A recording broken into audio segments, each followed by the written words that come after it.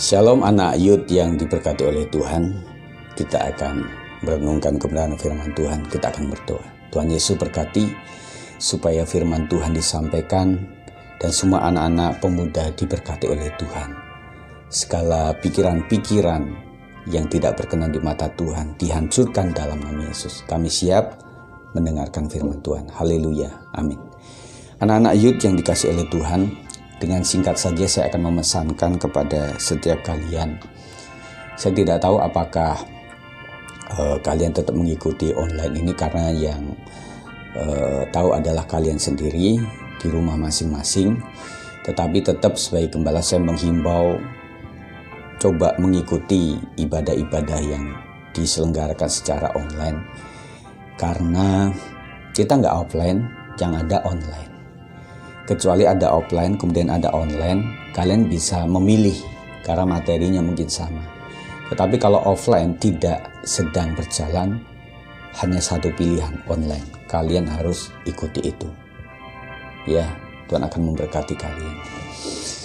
Saya akan membaca di dalam Mazmur 73 ayat 25. Siapa gerangan ada padaku di surga selain engkau tidak ada yang kuingini di bumi. Rasanya buat anak-anak muda, terutama di negara-negara Eropa, banyakan yang ada di dalam gereja itu adalah opa oma yang sudah menjelang mereka akan meninggalkan bumi ini.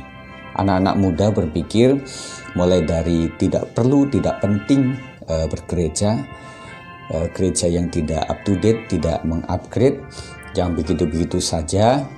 Kemudian gereja yang dibutuhkan hanya untuk pernikahan dan kemudian kematian, membuat anak-anak muda itu enggan untuk datang gereja, dan bahkan mereka tidak beragama dan tidak percaya kepada Tuhan.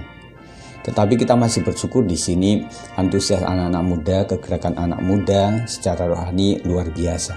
Dan saya melihat bahwa anak muda ini yang menggerakkan banyak hal di dalam gereja. Dan bukan para orang-orang tua. Orang tua itu sifatnya adalah menerima pelayanan-pelayanan daripada anak-anak muda yang fresh. Jadi kegerakan praise and worship itu banyak dilakukan oleh anak-anak muda. Saya ingatkan anak-anak muda yang bergerak, apalagi di masa-masa online ini, yang paling bisa menerima, bisa mengakses, bisa mengoprek-oprek media itu masa kekinian adalah anak-anak muda, tidak nenek kakek. Tidak mungkin nenek kakek membuka WA, kemudian Instagram, kemudian kalian menjadi jadul, tidak. Tetapi kalian lebih ada di atas. Kalianlah yang menangani semua kegiatan-kegiatan secara online. Seharusnya begitu. Jadi saya ingatkan bahwa kalian harus memiliki sebuah keinginan lebih lagi. Nah, pemazmur ini mengalami banyak hal dalam hidupnya, tetapi satu yang dia katakan bahwa hanya engkau yang kuingini di bumi. Anak pemuda nanti akan menuju kepada sasaran keputusan bahwa hanya Tuhan yang bisa diandalkan.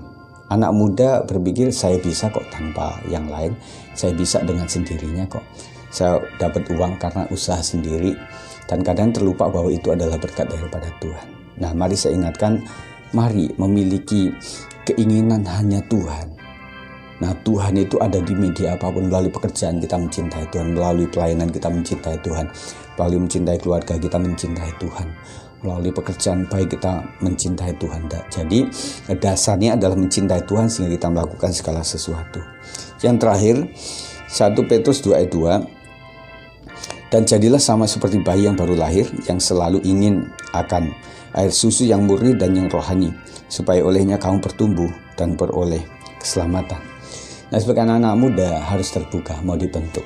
Tentunya kalian pasti tidak suka, apalagi online yang pesan gembala ini pasti tidak semuanya suka. Hanya beberapa saja. Karena apa? Isinya teguran kan, isinya nasihat kan. Anak muda adalah generasi yang tidak suka dinasihati. Tetapi saya ingatkan, saya menasihati kalian ini dasarnya firman Tuhan. Dasarnya firman Tuhan, pengalaman bersama Tuhan. Saya pikir suatu kali kalian akan mengingat nasihat-nasihat ini di masa mendatang. Oh benar kata Pak Sigit bahwa begini.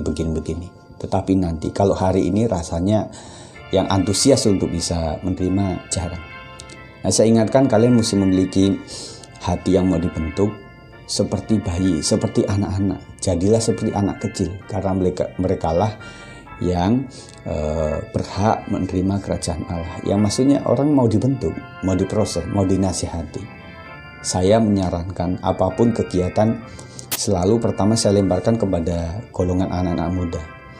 Ketika kalian bisa ambil bagian ini, saya senang dan saya memberikan kesempatan untuk kita sama-sama melayani. Tetapi kalau toh tidak ada yang bisa melakukan itu, tetap Tuhan kasih karuniakan talenta kepada saya untuk bisa melakukan apapun. Nah, saya bersyukur bahwa saya bisa melakukan semua kegiatan secara online ini, secara mulai dari musik, mulai dari editing vokal, editing video, shoot video, kemudian editing, finishing, mixing dan sebagainya. Itu adalah talenta dari Tuhan. Dan kalau memang tidak atau belum ada yang bisa menangani dari anak-anak muda, saya pasti tangani. Nah, kalian memiliki kesibukan sendiri, saya memaklumi, tetapi saya mengharapkan, menghimbau, mari anak-anak muda ambil bagian di dalam pelayanan ini. Ya, Tuhan Yesus memberkati kalian semuanya.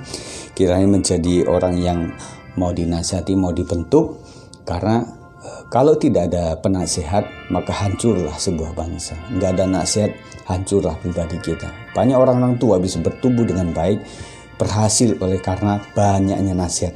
Sedikit nasihat, sedikit bijak, banyak nasihat, banyak kebijakan dalam hidup kita. Mari kita akan berdoa. Tuhan Yesus memberkati anak-anak Yud hari ini dan seterusnya, sampai Tuhan datang dua kalinya, menjadi anak-anak yang dibentuk oleh proses Tuhan, mau menyadari, mau memberikan hidup, dan mereka akan menjadi orang yang diberkati di masa depan. Demi nama Yesus, berkat Tuhan melimpah. Haleluya. Amin. Puji Tuhan. Shalom.